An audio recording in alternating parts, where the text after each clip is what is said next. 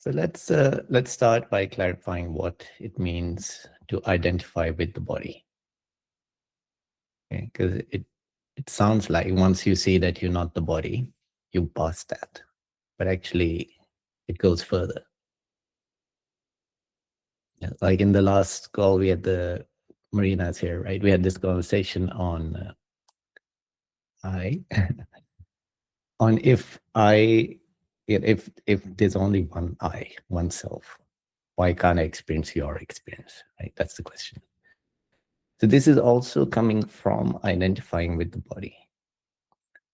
Because the I in that question, it's based on taking these experiences, these thoughts, this feeling, whatever, right? All these memories, it's taking that and identifying that with yourself. So identity is deeply tied to the experiences, the perceptions, the thoughts, memories related to this body. And then from that standpoint, if you ask, why can't I experience your experience, your memories and all that? Then that's creating that split, right? Because we have identified. Once you identify, then there's separate selves. So that's why I posed the question, what if you were to swap over to another body, right? What would really happen? The expectation is, because we have created this identity, that you would bring your memories, right, whatever your memories are, your name, your thoughts, would go over. But that's not what would happen, right? Because those are all things related to this body and not to that body. So the identification with the body goes quite deep. Once you lose it, then it's very clear what you are. Because you put aside the name, the memories, the thoughts, all the sensory perceptions, shed all of that, and then what is left is the true identity.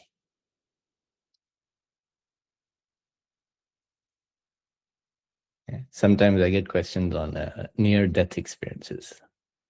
They never fascinated me much, right? So I haven't read too much of them, but in the ones that I know of, there's still identification with the body that as I hear them, right? Like you seeing your body from the outside. So it's still my body, right? It's still identifying with that body versus all the other ones. Or you go and meet your long dead relatives and all that. It's still your relatives. So to really de-identify with the body is to disconnect what is I from all the other things which are attached to it. Yes, there are memories, yes, there are experiences, but they don't define what the self is. Because those are just phenomena arising, passing. None of those are anything that can be called sentient. And the self is sentient. The self is sentience. Right? So from that standpoint, when you ask, why can I not experience your experience? The question cannot be asked. Because what is I?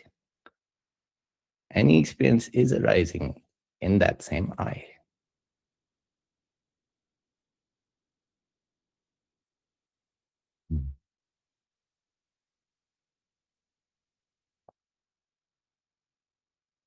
All right.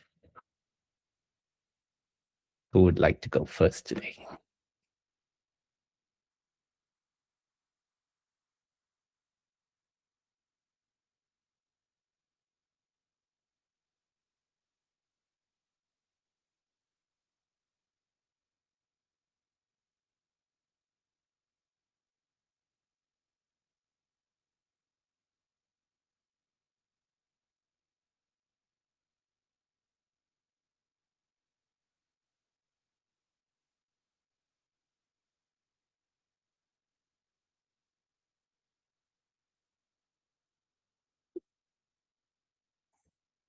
Yes, Sasha.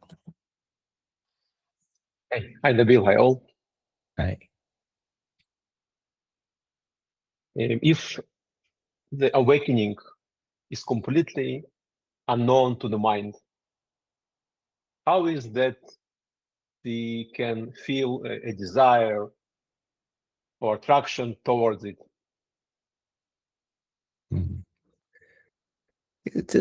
Awakening is not unknown in the. So what is felt is this shift from what was taken to be I, right? Which was the mind had this concept of I and was based on all these identifications, like these thoughts, my thoughts. There's a person, at the center was this idea, there's this one subject that is myself. And that shift of taking that imaginary, something that didn't exist, an entity as I, to realizing that, oh, the awareness that contains me, the mind, is I. That is the awakening. So there's a mental shift. But then because the self was always the awareness, from that standpoint, there is no change. But in the mind, there is like a cataclysmic shift, because what was taken to be me, it's not even exist. It's like you took out the foundation of the mind. You know, it's like I described, like when you pull the plug at the bottom of a bathtub, everything goes round and round, it's gone. So a lot of things do change in that sense, but we then I tend to shift focus from that, because then you start to keep fighting concept with concept, which takes forever.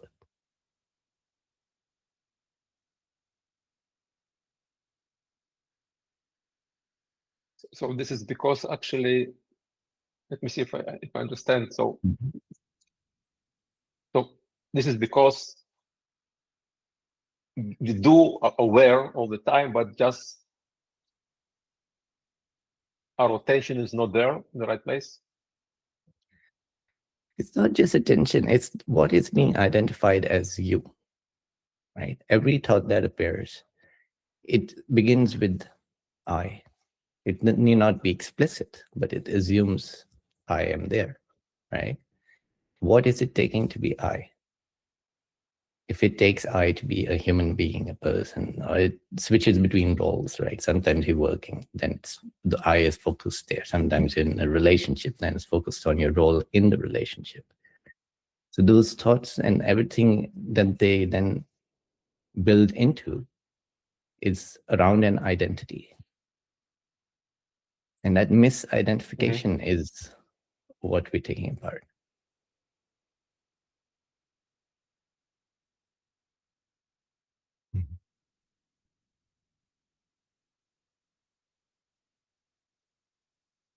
Yeah.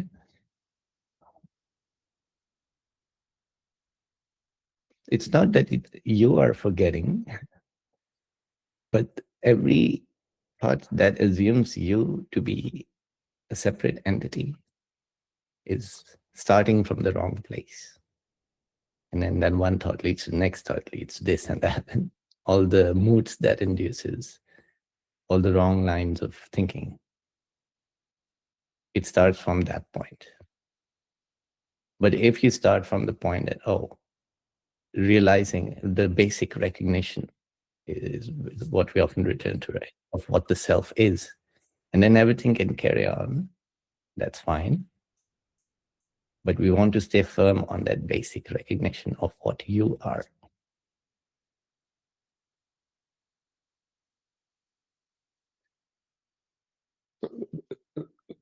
But the point is that we know it, like, all the time. This on another level, like this recognition. It's not something that, it's not new. It always.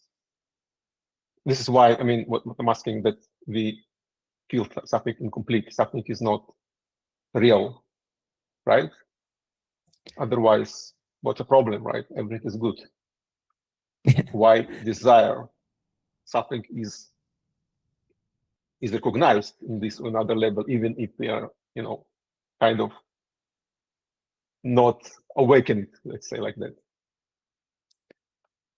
I mean, it is a deeper recognition, but who would like continuously be aware of that, right? The mind cannot do that. The mind can only, as it starts its function, which is part of it is thought. At that point, we can go back. It can go back. It can question, what am I taking to be I? And then you who are there, the awareness, see this mind in action. Whatever it was doing, even if it didn't turn back, you would be the same, right? But there's a return to the recognition. The self is just the awareness, not an entity, not a person, not a thing. Why should we do this? Actually, there's no need to. But there's an interest in finding out the truth. In this life, we have somehow found that interest. And so we inquire. At some point, it becomes very clear, right? And then you don't need to continuously ask the question. It's clear. And the mind finds its way back. Like as it's making the mistake of taking something else to be I, it realizes, oh, same mistake. Mm.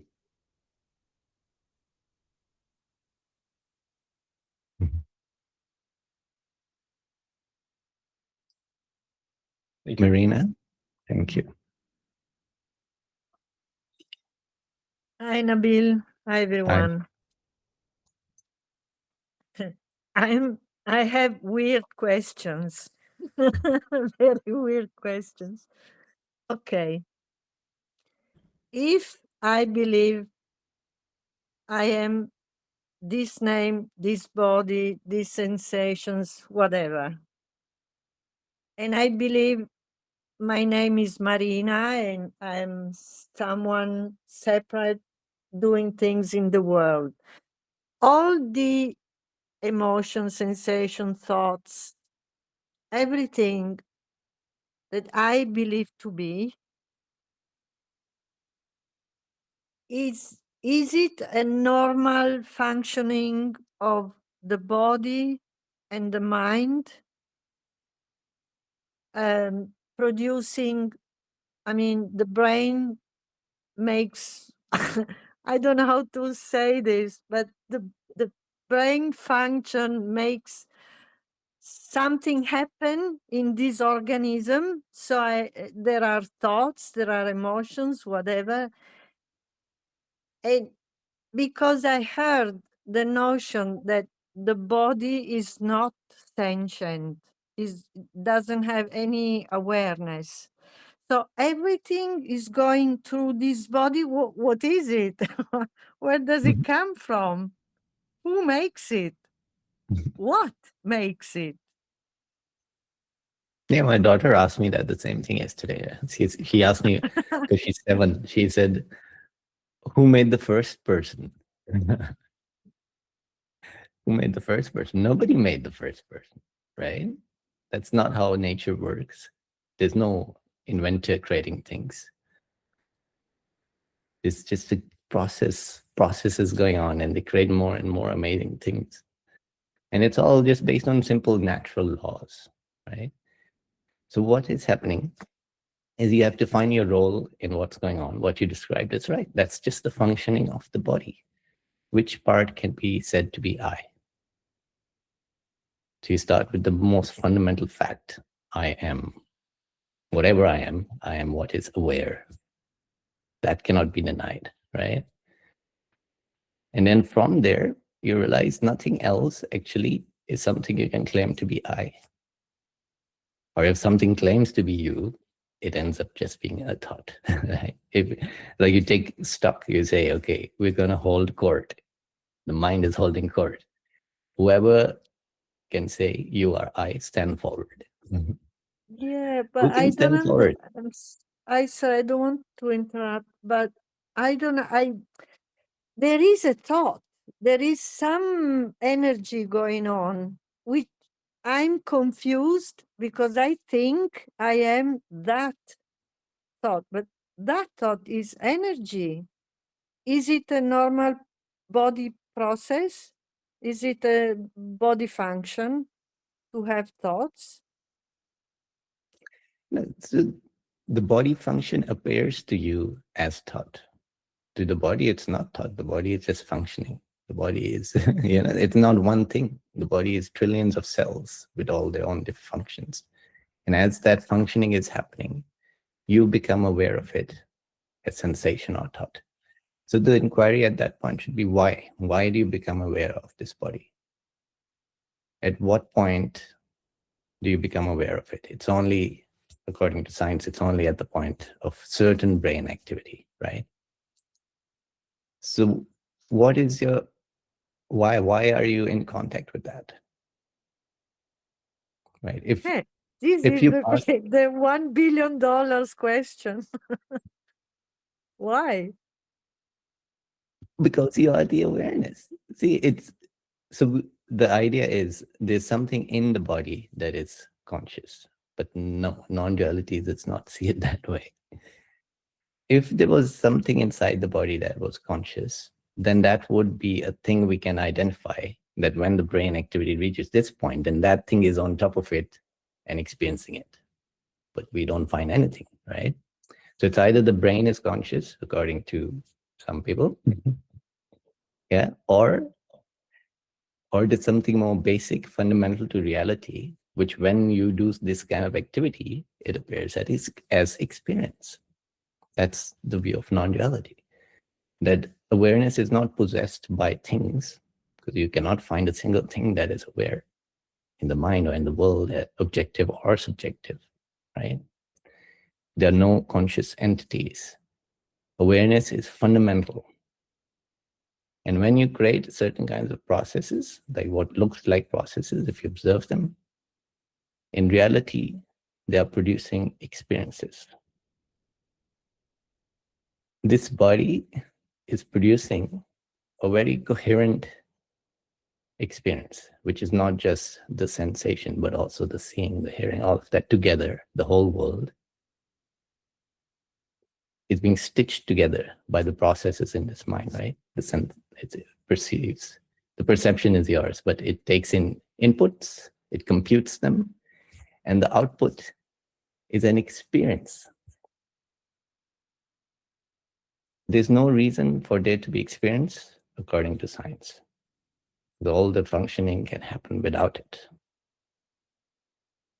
So the only reason there is experience is in reality, in the nature of reality. There's this capacity for a process to turn into experience. That is the capacity of being aware, which you cannot separate from what you are. And so you can completely de-identify from this particular body and see what you are as only that pure awareness.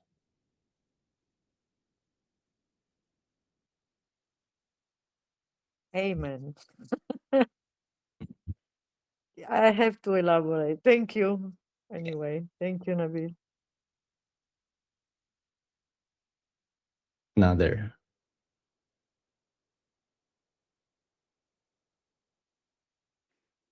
Hi, Nabil. Hi, everyone. Hi. So I feel it will help. It's just continuing on the same discussion.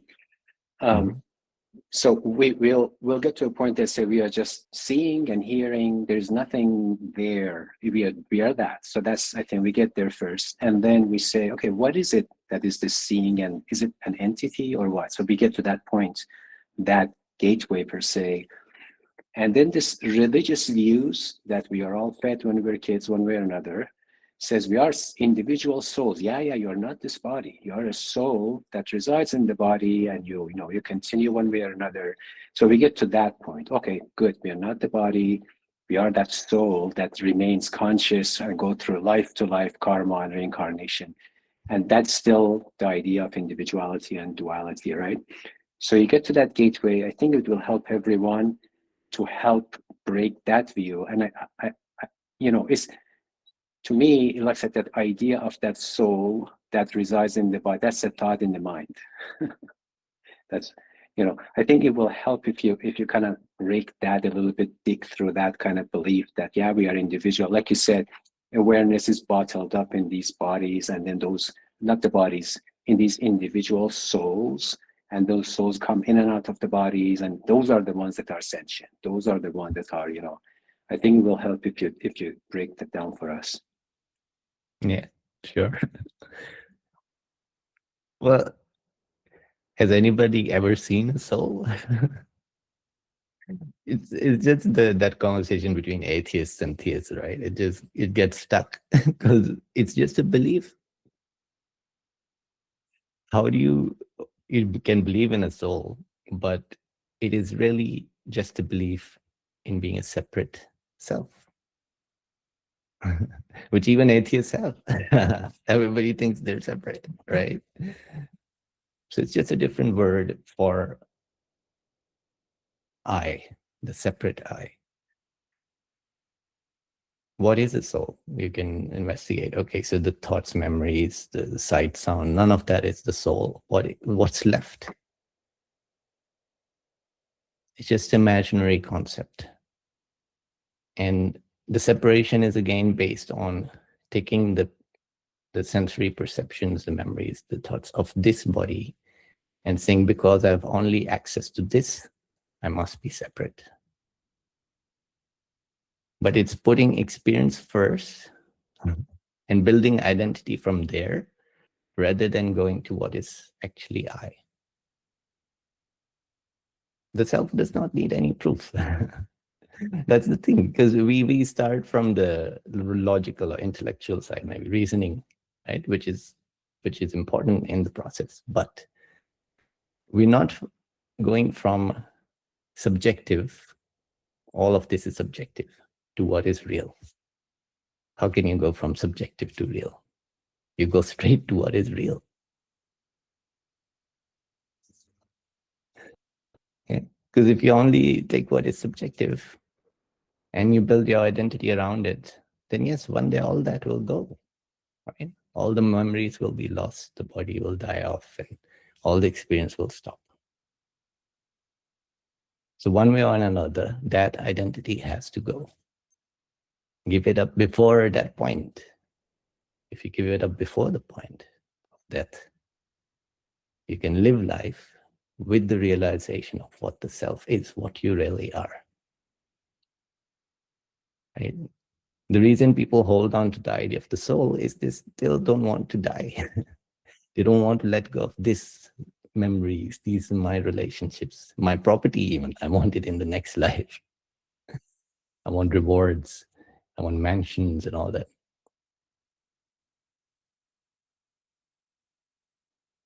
So the idea of the soul is just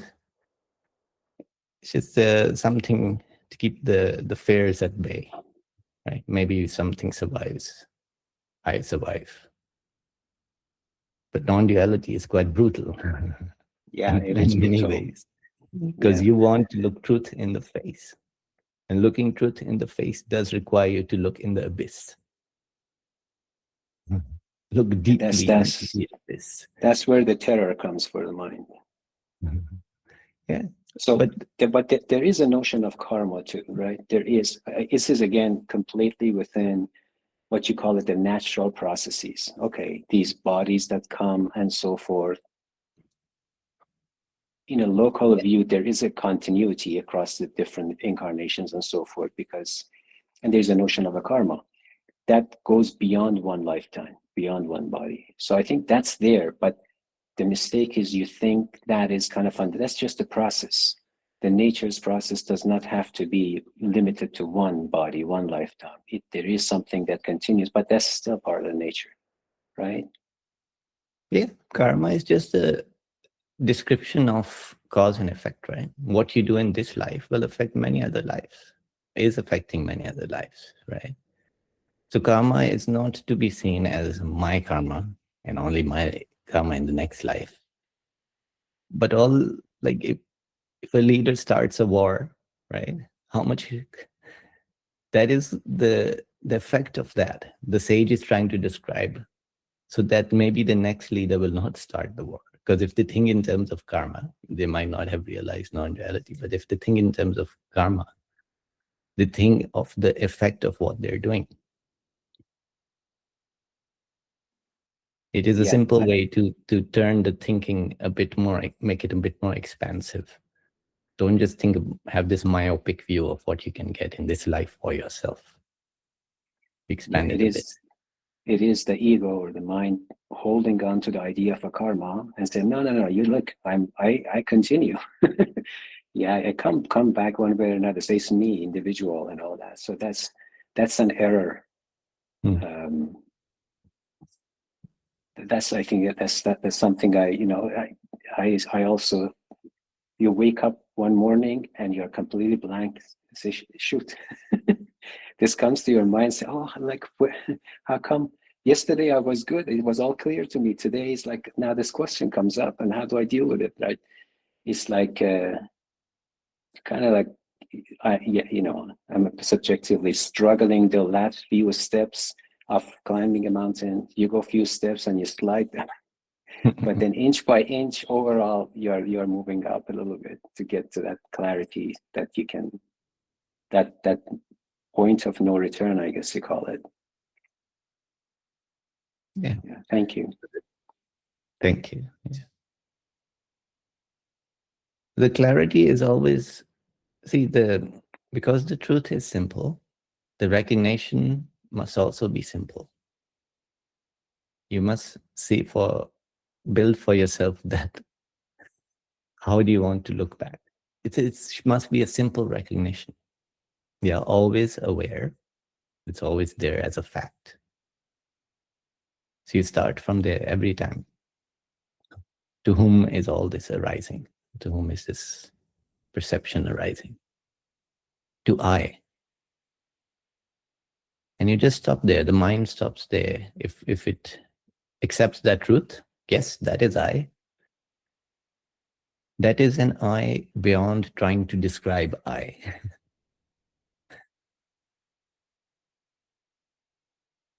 To whom does this voice arise? It's obvious, to I. Yeah? There's no other candidate. Yes, that is I. And also, if the mind stops there, there is no other candidate. The truth is clear. This is the awareness in which the voice arises. And that is I. It's not like there's awareness and then another entity that possesses the awareness. And that is to whom the voice arises. The entity is just a supposition. It's imaginary. Mm-hmm. In the commentary on the Koan Mu, there is a phrase Mumon Khan uses it. No, not Mumon. Master Mumon uses it. He says, the phantom in the weeds. The phantom in the weeds. It's just, I have to go back and look at the passage, but just that phrase, it's just perfect. The phantom in the weeds. That is, the whole struggle is about that phantom. The weeds are just the thoughts and all that. Yeah, it's just weeds. There seems to be a phantom there. You're hunting it down, and you think you are it most of the time. How are you going to find a phantom? And it's just the weeds. Come on. Look around. Look at the sky. Look at the trees. Okay, that is the basic recognition. Oh, there's no that phantom is not there. It doesn't exist. It's just poof, smoke. Smoke and mirrors.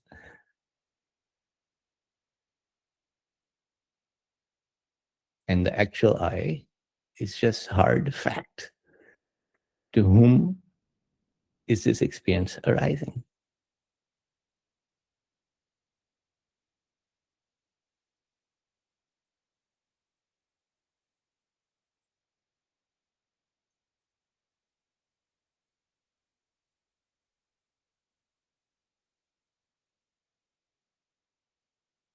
Yes, Shoaib. Hi, Naveen. Hello, everyone. Hi. So, my question is like intellectually, if I kind of inquire, as I say, like one by one, this is my hand, this is not me, this is my ears, my eyes, my face, but this is not me. Eventually, I arrive at a point that, yes, I have these things, but these are not me. then I must be the awareness who has this kind of a thing, body. But from the experiential point of view, I see that my experience of being is kind of localized in this body. And then immediately my imagination goes, okay, the thing we call awakening, for example.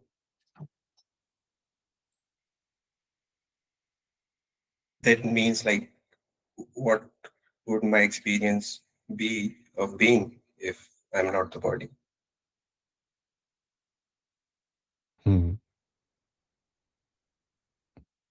Yeah. So it's a tiny thing that makes it hard. Yeah? It's still the idea, I have this body. The have or have not is what separates. Yeah. So if you let that go, it's not I have a body. There is a body. And when it functions, it produces experiences. And I become aware of them. Okay. So now a little bit more separation. We first separated before we go to non-duality. Yeah. So the body is producing experiences. You are aware of them. What are you? Don't look at what the experience is saying. The experiences are local because the body is local. But you are aware of the experiences. Is that you local? If that you is local, then you have to find a point in space where that you exists. Mm-hmm.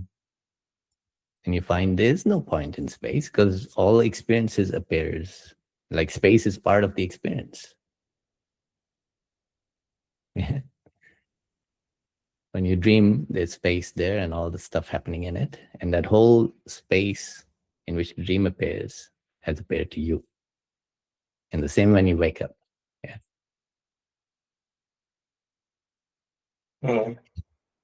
And it's quite interesting. I mean, like the analogy you gave of a dream, for example. And then within a dream, it's all happening inside my mind. I mean, like the dream stuff is made up of my own consciousness. But nevertheless, in the dream, I identify with the dream character.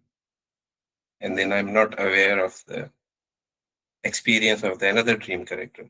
Although that dream character is within my own consciousness. Likewise, like in the waking state, I'm identified or localized in this body, but I'm not aware of the experiences of another person.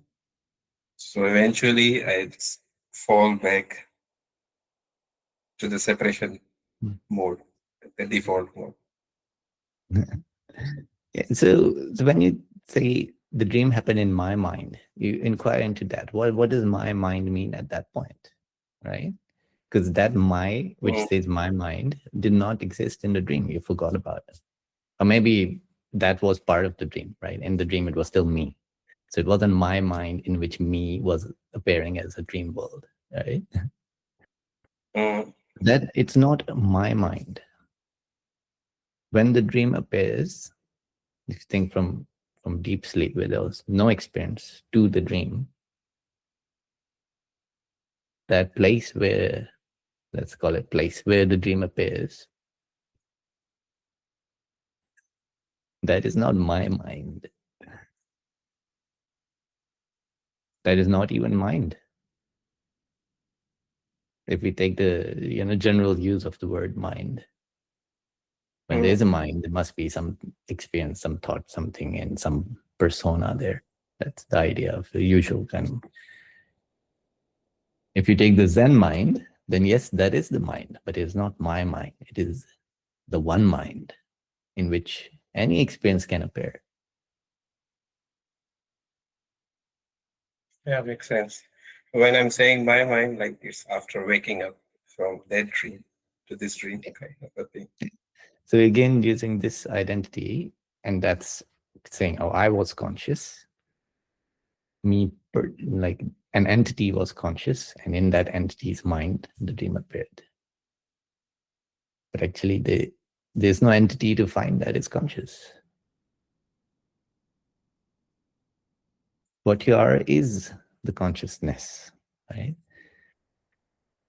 Anything else, like even when we say consciousness, we've turned it into word and concept, right? But anything else saying like I'm a body or a soul, and that's much further. It's just completely conceptual. What is the body? Like it's so many parts. What exactly is the body? It's like a car. Yeah. So you take in Buddhism, they talk about the chariot. Like what is the chariot? You take away the wheels and all that, and nothing there. There's no particular thing that is me. There's no particular thing that's the body or the mind either, right? It's just parts, interdependent parts. And the only thing at the end is you turn back to what is fundamental to you.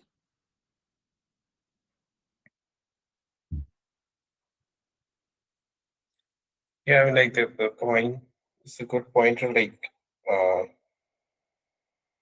when you say the mind, for example. Again, I'm just telling my kind of imagination, we can say, Kalpana, Nisargadatta would say, that if I disidentify with my body, I think like I'll identify with the mind. And then I immediately kind of think that what would be the experience? The experience is the same. Because the experience is always related to some process taking place. Yeah? If the process is like taking place here and there's another process taking place here, they both produce experiences. They're not, this process doesn't have any information about the other process. Until they connect, then there would be one common experience. Otherwise, there are two separate streams of experience.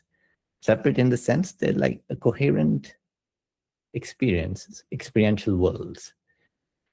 But where they pair, that one cannot be said to be separate. All right. Thank you. Thank you. Christina. You're still on mute.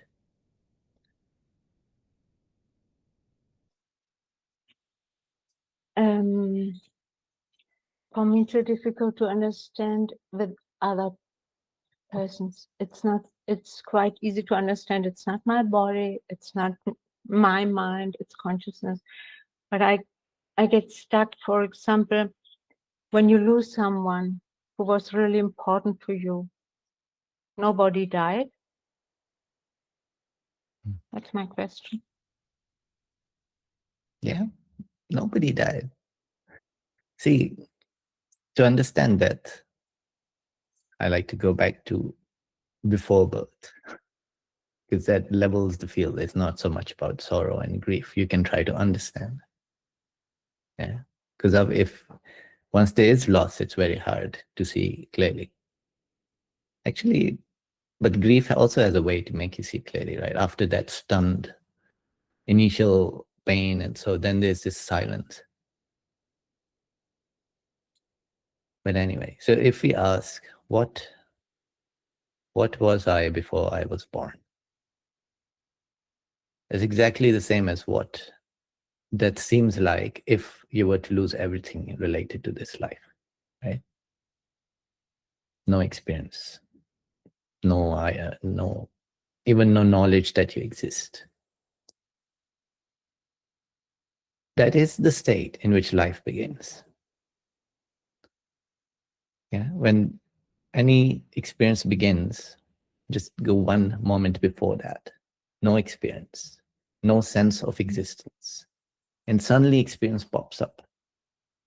To whom could it appear? It could only appear to that one who was in that prior state. Because experience does not create something new. It's not creating a conscious entity. It can only appear if already there is the possibility for experience to appear. And that is the quality of being aware. So this quality of being aware is there. And then there's some threshold. Yeah. And I say that's for the scientists to tell us. What is that threshold at which experience appears? Whatever these bodies cause it, we know that for sure. So in that capacity of being aware, which was just empty capacity, ready to create any experience, some spark creates experience. And in this case, the spark is amazing. It's not just creating one kind of experience, it's creating many experiences, stitching them together into a whole world. And that is called a life. And you're going through that and you meet others. Yeah, others. But what are the others? It started exactly the same way. Yeah. And when it ends, sometimes it ends too abruptly, right? There's sadness, there's grief. In life, there's companionship, there's community. Yeah? But you must recognize, who was that? That was the self. The self cannot die because that was what was there when the life began. And that then is when people say, will we meet each other again? Will I meet the other person again? you will There's not only meet them. one only consciousness, and this is really difficult for me. Look, when you love someone, what is the actual desire? Yeah, even when you're with them as a person, there's something you want to go be a bit closer. You want to, yeah. Love takes you deeper than being with someone as a person. You want to know them as they are. You want to merge with them. That is Rumi's love. He seeks union. I don't want to know the beloved as a thing. I don't want to see your face. I want to be with you. And to be with you means I will give myself up so that I am in you. So that we are one.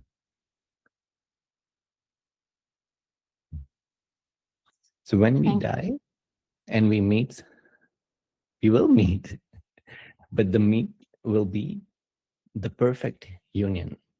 I call it the perfect union. Because that is what love desires. To not be two separate things, to be whole again. And in that wholeness, there's no need to talk and experience and so on, because we are whole. Yeah, thank you. Thank you.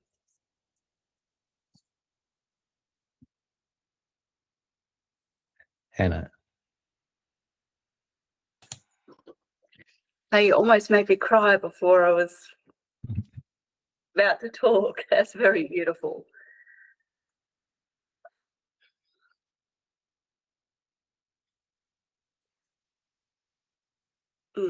Sorry, finding it hard to know where to start with that.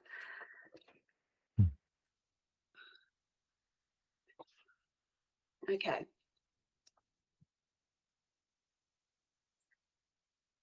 So you've brought a lot of clarity to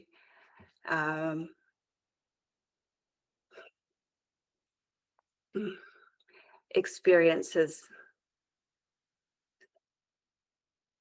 I have had experiences where I'm absolutely no longer identified as Hannah at all, but was quite clearly that which was appearing as myself and the things around me. And the thing that struck me as really strange at that time afterwards, after the experience, was that it was still possible to say that I was still relevant. It was still a relevant thing to say. So obviously still was very much like identified with the body. And it's like, wow, how could I still be, you know, a thing that is felt, you know, with no person whatsoever. And I'm just very grateful for the clearing up of that. But what has become more apparent in the last few months is that really that question of what am I, who am I, is not really the burning question. And it's just hard to formulate this without it seeming a bit misleading. Because most simply, I would just say,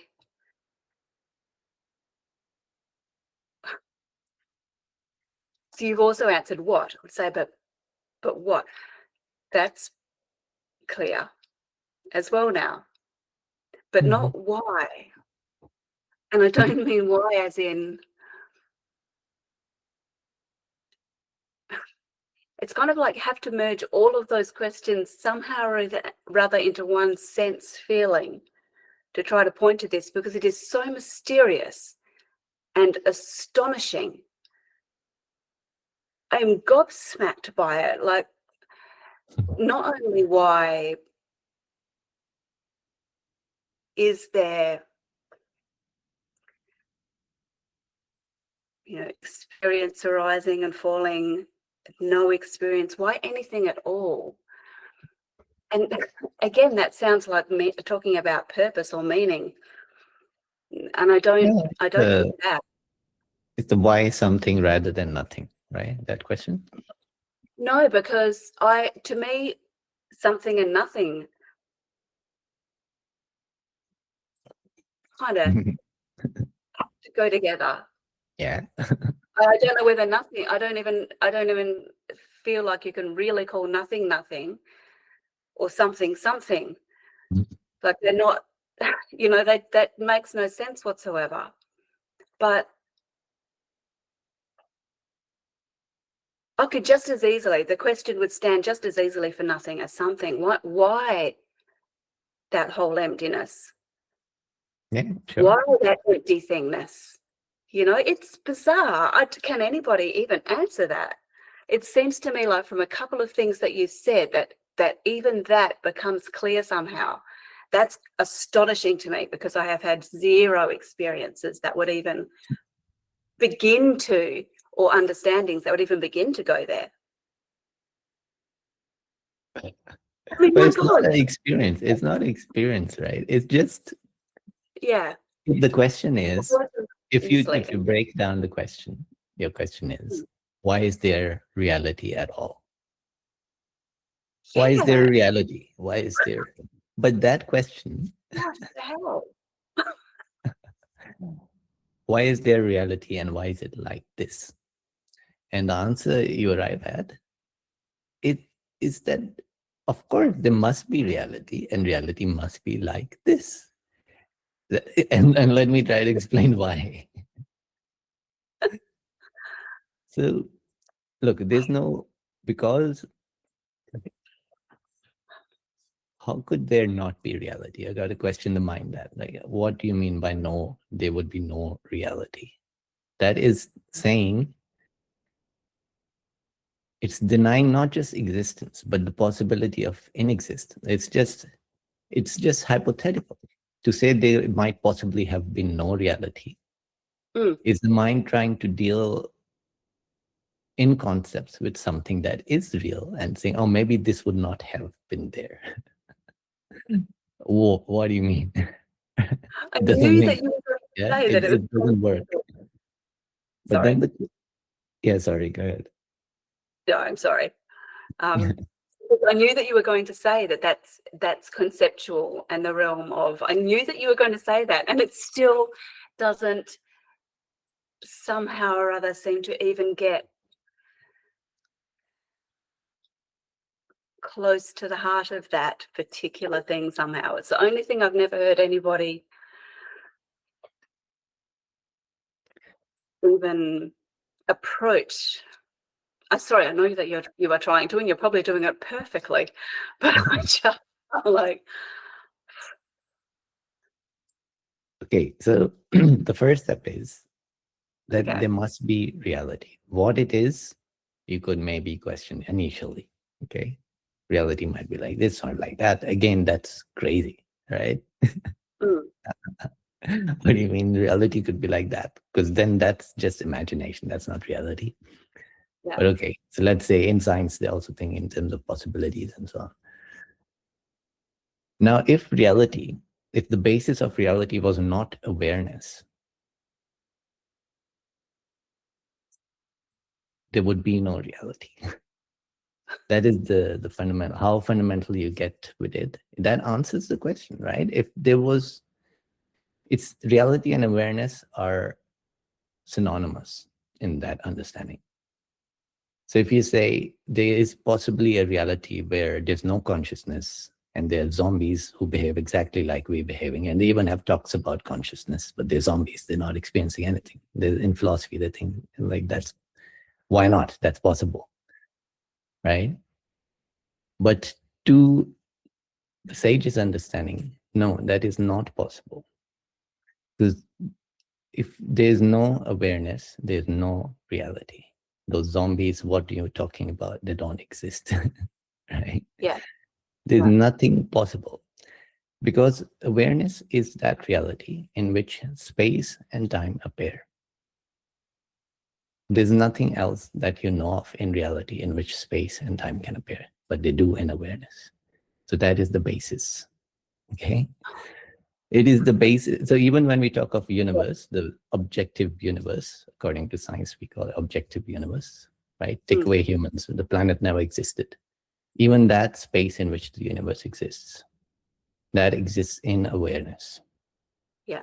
That is the base reality. Yeah. That in itself has become really clear in the last couple of months. It's so beautiful. You know, So it's not just that, you see, again, I think we're going, not you, but it goes back to the question of why I'm not experiencing your experience. No, there's many experiences going on at the same time. Yeah. And they're all in the same awareness. And to me, I talk about this life as a dream inside a dream. And when a dream at night, it's a dream in a dream. In a dream, there's 3 levels. This life is a dream within a dream. What is that higher level dream?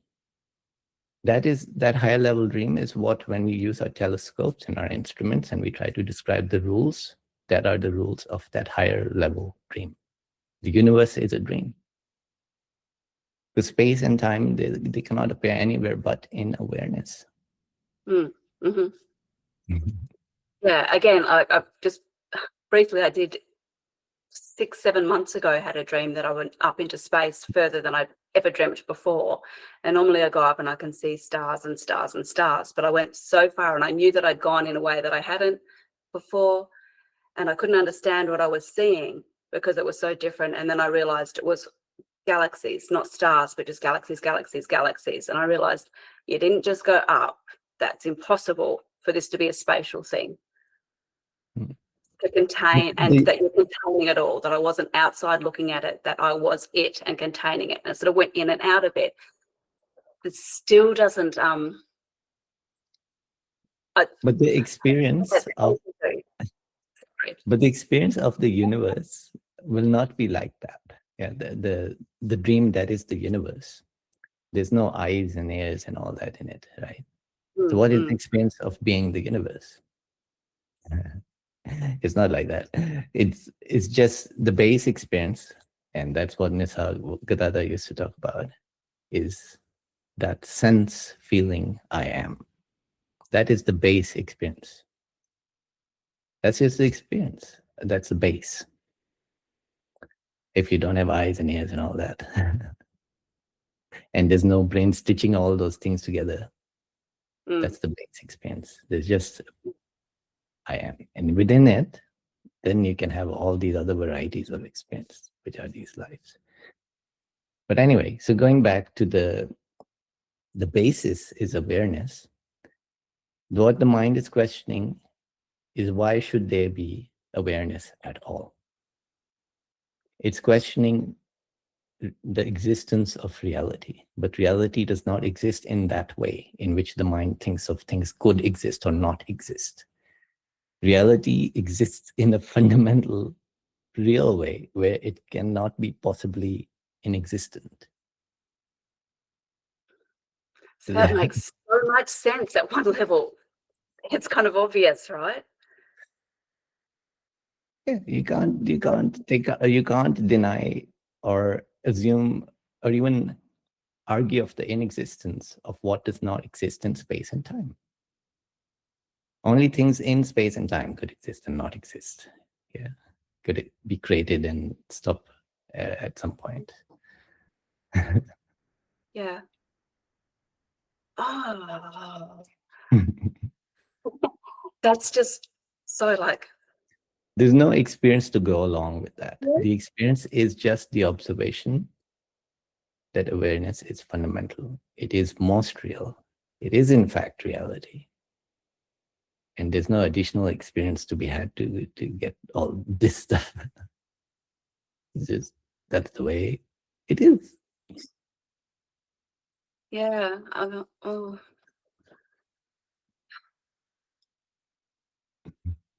So why?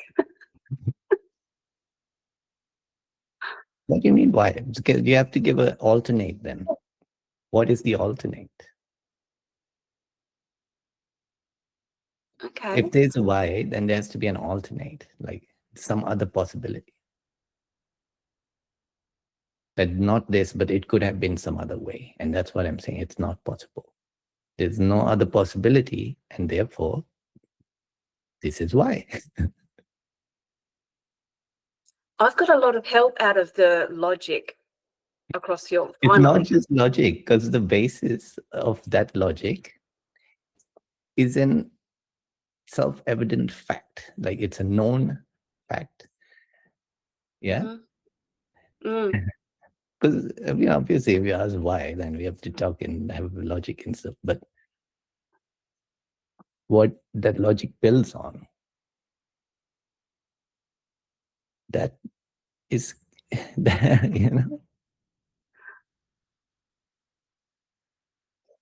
Anyway, I think we'll circle back to that. Let's let Nader ask. Maybe it's related. Nader, what? Oh, you have your hand up? Yeah, so it is related. I'm like Hannah, my mind goes to all kinds of weird places. So on this one, I think like you said, Nabil, step one is accept reality. Like you cannot deny that because you are. You can't. And then after that, your mind kind of says, okay, well, why is reality like this? Why is it so amazing? Look at this. I mean, everything is amazing. It's the depth of it is infinite. And at that point, it's your mind trying to make sense of infinity of God. What, even if you want to use your mind to kind of go further, you say, how would infinity manifest itself? It could have been, I mean, infinity is infinity in all dimensions that you can possibly think of. So how would it manifest itself? And there is also one piece in there is that infinity, that absolute has love with it. The love creates all this stuff. Your mind is based on that. And that's how you feel awe-stricken when you get to the depth of this and you try why? Like, why is it like it could have been a different way? Like, I mean, it's all a level of mind trying to describe something that, but mind is is a manifestation of this absolute. And you say, why is this mind? Why is it this way? That I am like, you are Hannah, I am Nader, and we're trying to, why are we experiencing all this? It's love and it's infinity. The combination of those two things, I think, could give you, I mean, I'm Persian and I read Farsi, so I read Rumi. I grew up with Rumi and all that. There is another one of these Sufis that wrote poem. For some reason, Persians loved writing poetry. And they don't say anything straight. Everything is like in form of a story. I gotta think about it. But one of them was talking about the same thing, why. And there's a story of kind of is you go and it's called the Conference of Birds. I don't know, Nabil, if you've heard of that. That's interesting to look at. It's about birds that trying to find their origin and all that stuff. It's kind of like, and they go through these stages and funnel and all that. And at the end, one of them says something that I remember vaguely. It's for the absolute to see its own beauty, because it's love. It's like the why that you're saying. Your mind is a manifestation of the absolute, and if you want to really conceptualize it in the mind level, you say, so it can see its own beauty. So I have these feelings. I know it's all level of mind, but this helps to. I mean, it kind of, even at level of mind, it helps. It kind of makes sense to me. If I was infinite, how would I manifest? If I was infinite with love as my nature, how would I manifest? And you see, like, okay, what, it could have not have been any other way. It's very subjective, but I thought I would share that. Yeah. Yeah, I like that. Yeah, definitely. It's trying to comprehend infinity. Yeah. Yeah. It'll make you mad. But in the madness, you see, yeah, it is driven by love and interest. Yeah, interest is driven by love. Like when the first experience appears, you can see why does it snowball from there? Because that first experience is it pulls you in. It pulls you in because the first experience is love in a way. It's the essence of love. It's before me and you. Yeah.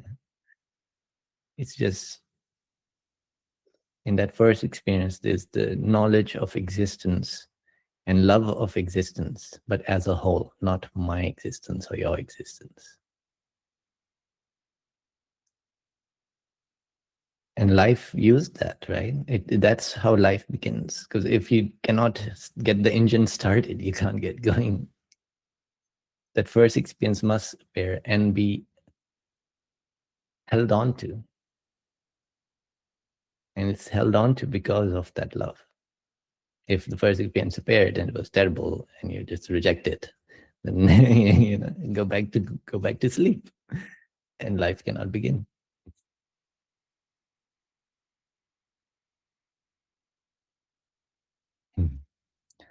Neil, you're back. Feeling better? Yeah, a lot better. Thank you. Yeah, thank you for asking. My little thing here that I'd like to talk to you about relates, I think, quite nicely with what you were all talking about before I was so late to arrive. Once again, apologies, but in connection with Ajata and the video that you put together, and a related thing, I believe you mentioned it to Nadia, yes, the last time I was here. If I kind of just read it as I read it in that particular little article, I think it would be easier than me trying to just bumble my way through it. So it's about what is reality, what is the base, the standard of reality. And I think this is taken from Indian philosophy. So from that standpoint is the way I want to talk about it or ask about it. And it says, it was what somebody was asking Nisargadatta, what is the standard of reality? And he said, that alone is real, which exists by itself, which reveals itself by itself, and which is eternal and unchanging. There it is. There it is. Another bit, it says, reality is not determined by perceptibility, but by permanence, unchangeability, and self-luminosity. There's a lot more, but I'll stop there because it's getting late.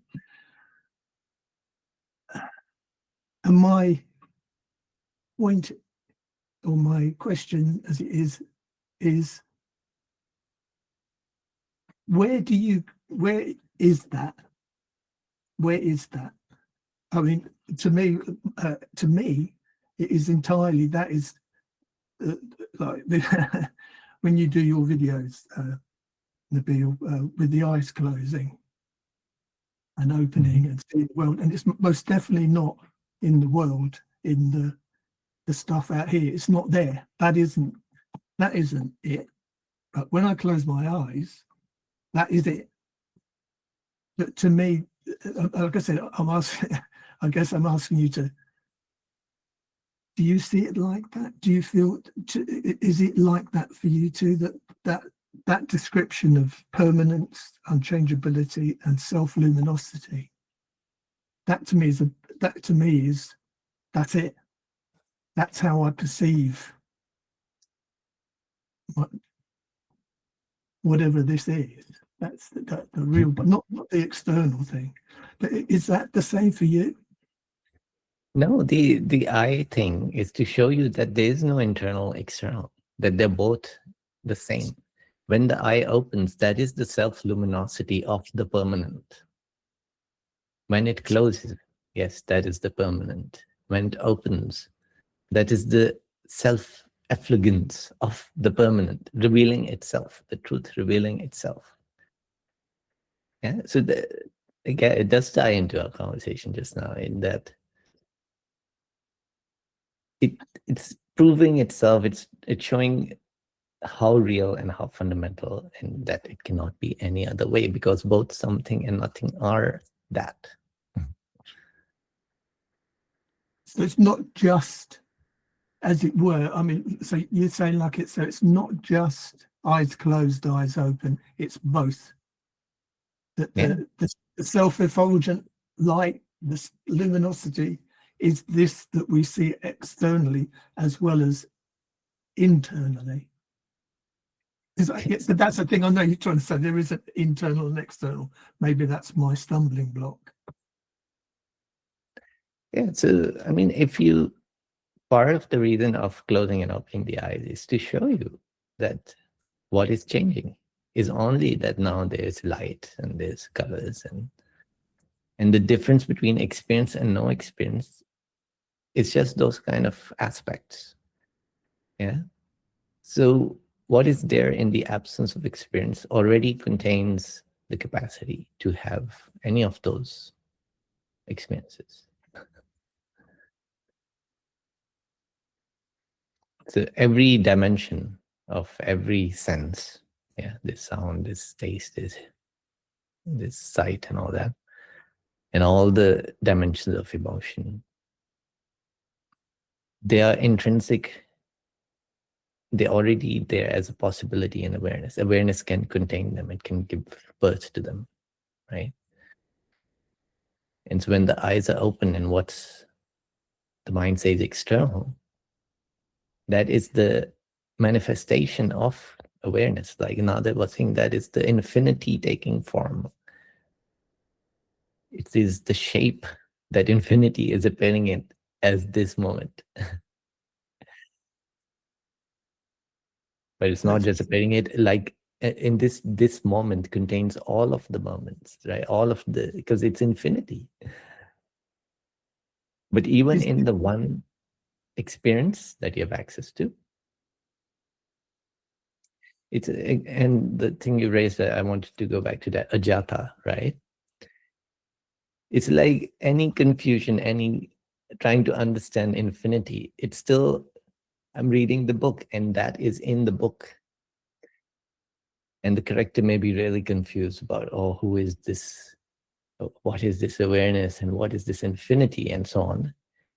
But I, as the one reading the book, am perfectly clear about what I am, right? So all the, like, even the beautiful descriptions and so on, they kind of, at one sense, in one standpoint, they are true.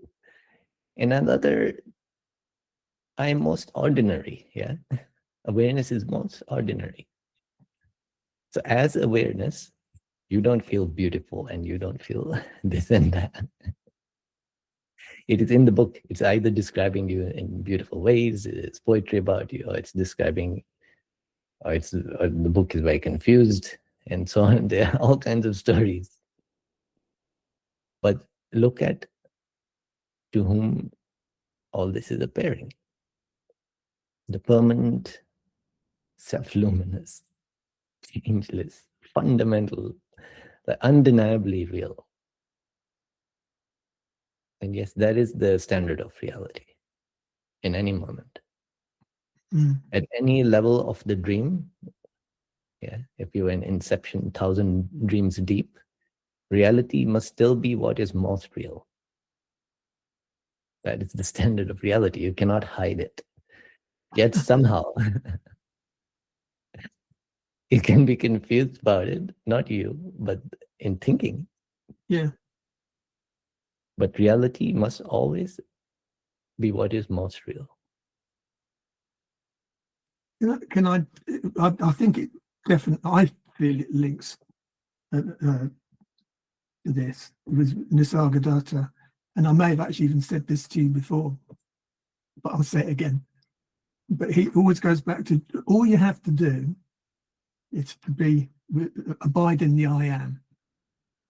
That's all you have to do until it dissolves, until the doorway that you cross that threshold, and then I guess the absolute. I guess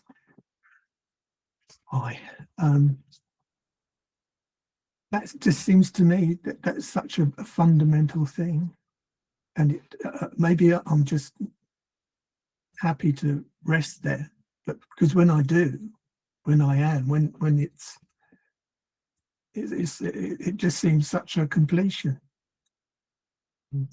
But at my, we always think at stages and levels, don't we? I know it's probably totally wrong and it's totally confused, but that to me feels like the nearest that I can get to absolute reality, absolute, like that unchanging, simple, uncomplicated, beautiful thing.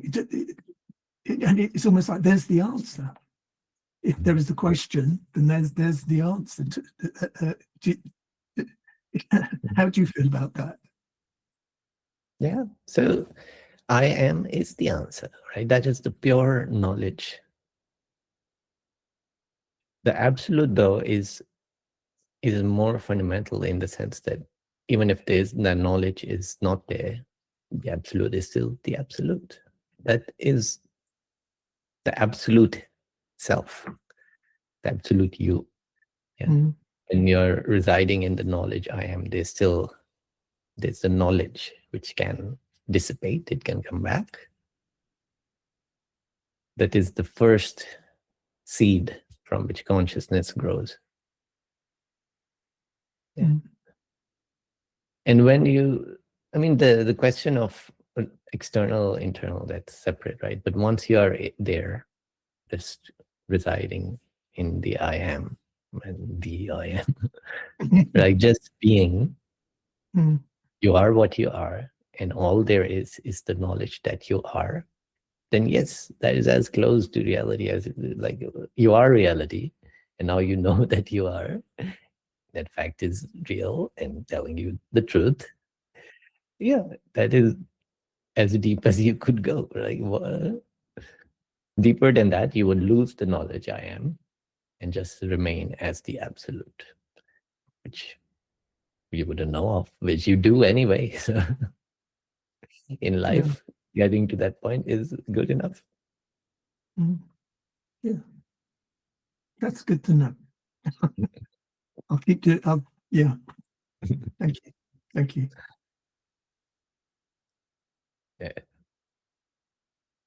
The reason Nisargadatta kept pulling at that thread and even discarded the I am is he wants to just be clear on what reality is. It has no dependencies. Yeah, that is his standard of reality. It has no requirement for anything to exist or not exist, or to be in this state or that. It's always what is most real. So now that life is here, or thoughts are here, whatever, or even identification with the body is here, it is still what is most real. That is what can be called reality. And if you look back, that is what can be called I. There is no other I.